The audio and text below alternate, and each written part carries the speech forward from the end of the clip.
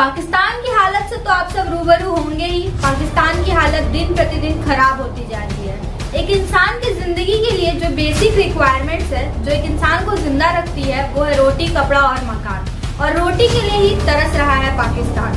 इन दिनों पाकिस्तान की हालत बद से बदतर होती जा रही है। वहाँ पे आटे की शॉर्टेज हो गई है, दवाइयों तक के लिए तरस रहे हैं लोग। रिजर्व में बिल्कुल भी पैसे नहीं है। पाकिस्तान कितना गरीब हो चुका है। ऐसे में पीओके के लोग प्रोटेस्ट कर रहे हैं और वो भारत में वापस शामिल होना चाहते हैं। कारगिल स्कर्दू खोल दो, टूटे रिश्ते जोड़ दो।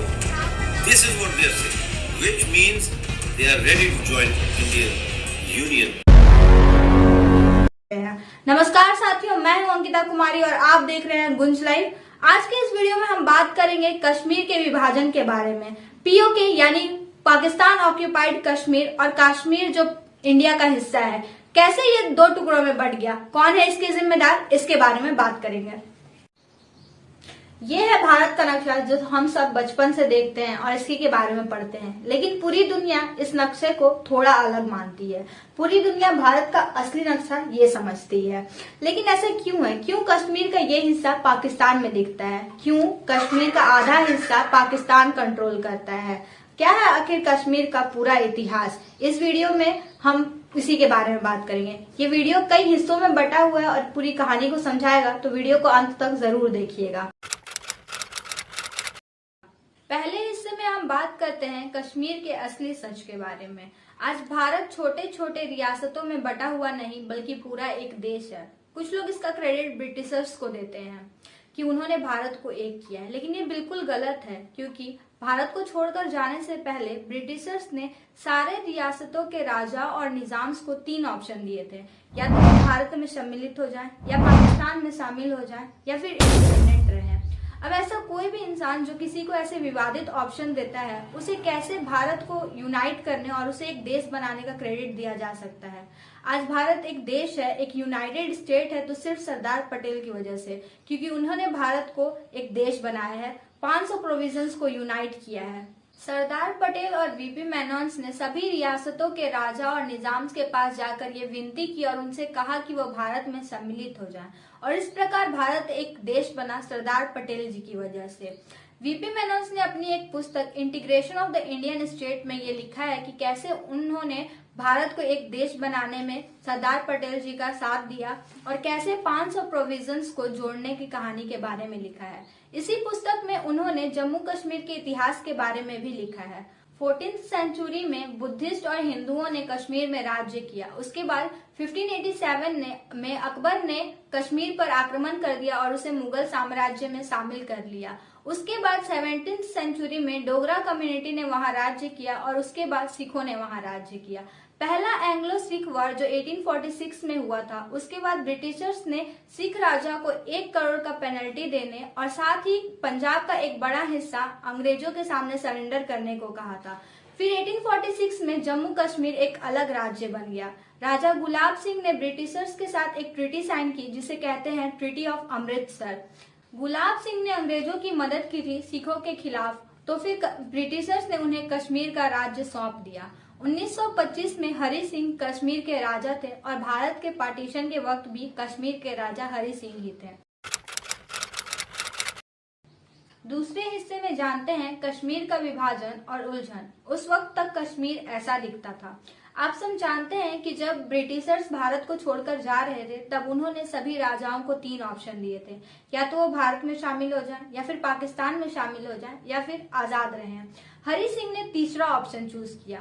ना तो वो भारत में सम्मिलित होना चाहते थे और ना ही पाकिस्तान में। लेकिन प्रैक्टिकली ये पॉसिबल नहीं था, क्योंकि कश्मीर भारत और पाकिस्तान के बीच में आता था। माउंटबेटन ने उनका ये फैसला नामंजूर कर दिया और उन्हें 15 अगस्त तक का समय दिया अपना फैसला बदलने को। लेकिन तब भी हरि सिंह अपने फैसले पे अड़े रहे और वो न तो भारत में सम्मिलित होना चाहते थे और ना ही पाकिस्तान में। अब यहाँ से बातचीत शुरू होती है। सारी रियासतें और समय चाहती थी, इसलिए उन्होंने एक अस्थायी समझौता करना चाहा पाकिस्तान और भारत के साथ, जिसे स्टैंड स्टिल एग्रीमेंट कहा गया। ये सिर्फ एक बफर समझौता था। वास्तविक समझौता इंस्ट्रूमेंट ऑफ एक्सेशंस था। पाकिस्तान ने स्टैंड स्टिल एग्रीमेंट पर साइन कर दिया, लेकिन भारत ने ऐसा नहीं किया। आप सब ये सोच रहे होंगे कि पाकिस्तान कश्मीर का दोस्त बन गया, लेकिन ऐसा बिल्कुल नहीं था। एग्रीमेंट के साइन करने के बाद पाकिस्तान ने कश्मीर को भेजने वाले सारे खाने की चीजें बैन कर दी, रेलवे लाइंस बंद कर दिए, पेट्रोल सप्लाई सब बंद कर दिया और वो अब कश्मीर पर आक्रमण करने के लिए तैयार थी। पाकिस्तान ने 27 अक्टूबर 1947 को कश्मीर पर आक्रमण किया। हरि सिंह अपना राज्य बचाने में सक्षम नहीं थे तो उन्होंने भारत से सहायता मांगी। भारत उनकी मदद करने को तैयार हो गया, लेकिन फिर उन्होंने इंस्ट्रूमेंट ऑफ एक्सेशन पर साइन करने को कहा। हरि सिंह इसके लिए तैयार हो गए और उन्होंने इंस्ट्रूमेंट ऑफ एक्सेशन पर साइन कर दिया। इंस्ट्रूमेंट ऑफ एक्सेशन साइन करने के बाद एक शर्त ये थी कि जब कश्मीर का माहौल शांत हो जाएगा तब वहां पर प्लेबिसाइट होगा, यानी एक वोट जो कश्मीर के लोग करेंगे कि वो कहाँ रहना चाहते हैं। पाकिस्तान इस एग्रीमेंट को नहीं मानता है, वो इसे फ्रॉड कहता है और वो कहता है कि ये एग्रीमेंट अंडर प्रेशर साइन करवाया गया। एक कंफ्यूजन और दोनों देशों के रिश्ते 75 साल तक खराब रहे हैं। सिर्फ एक कंफ्यूजन के कारण पाकिस्तान भारत को अपना दुश्मन मानता है और भारत पाकिस्तान को। तीसरे हिस्से में हम जानते हैं कि इंडिया वर्सेस पाकिस्तान उस वक्त क्या हो रहा था। एक जंग आरंभ हुई भारत और पाकिस्तान के बीच, केवल जंग के मैदान में नहीं बल्कि बातचीत में भी। जवाहरलाल नेहरू, पाकिस्तान के पीएम लियाकत अली खान और माउंटबेटन के बीच बातचीत जो किसी समाधान तक नहीं पहुंच रही थी। कश्मीर का कोई सॉल्यूशन नहीं मिल रहा था। 1947 खत्म हो गया लेकिन इसका कोई समाधान नहीं हुआ।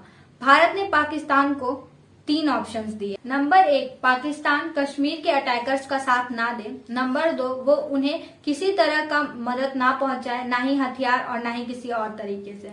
नंबर 3, वो उन्हें कश्मीर पर राज्य ना करने दे। लेकिन पाकिस्तान ने इसका कोई जवाब नहीं दिया, क्योंकि अगर वो जवाब देता तो ये प्रूफ हो जाता कि कश्मीर पर सारे हमले पाकिस्तान ने करवाए थे।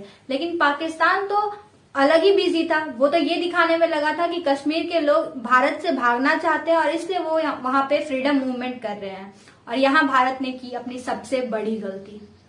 इंडिया लॉर्ड माउंटबेटन पर बहुत भरोसा करता था, इसलिए इंडिया पहुंचा यूनाइटेड नेशंस, जिसकी हमें कोई जरूरत नहीं थी, क्योंकि हमारे पास इंस्ट्रूमेंट ऑफ एक्सेशन के पेपर्स थे प्रूफ के तौर पर कि कश्मीर हमारा है। कश्मीर हमारा इंटरनल मैटर था, तो हमें यूएन को इसमें इन्वॉल्व करने की कोई जरूरत नहीं थी। लेकिन जब हम यूएन के पास पहुंचे तो यूएन ने न तो इंडिया का साइड लिया और न ही पाकिस्तान का, और विभाजन कर दिया कश्मीर का। एक लाइन ड्रॉ कर दिया कश्मीर के बीच में, जिसे आज हम LOC कहते हैं। लेकिन इसकी एक शर्त रखी गई कि दोनों देश अपनी अपनी मिलिट्रीज को पीछे ले लेंगे और उसके बाद कश्मीर में प्लेबिसाइट होगा, जब वहां पे लॉ एंड ऑर्डर स्टैब्लिश हो जाएगा। उसके बाद 1 जनवरी 1949 को भारत ने अपनी मिलिट्री पीछे ले ली, लेकिन पाकिस्तान ने ऐसा नहीं किया और इसका नतीजा ये हुआ कि 1/3 पोर्शन ऑफ कश्मीर पाकिस्तान के पास चला गया।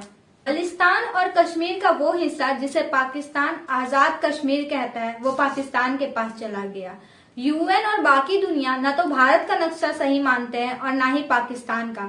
पाकिस्तान ने तो अपने नक्शे में पूरा जम्मू कश्मीर और लद्दाख तक को इंक्लूड कर रखा है, पर सच क्या है तो हम सब जानते हैं। ये इस वीडियो का अंतिम हिस्सा है।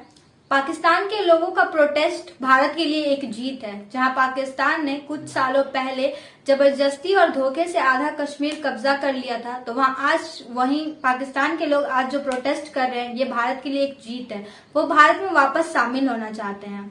आज के वीडियो में इतना ही। अपनी राय कमेंट करके बताइए कि क्या भारत को POK के लोगों का साथ देना चाहिए या नहीं, और आप वीडियो को लाइक करें और हमारे चैनल को सब्सक्राइब करें।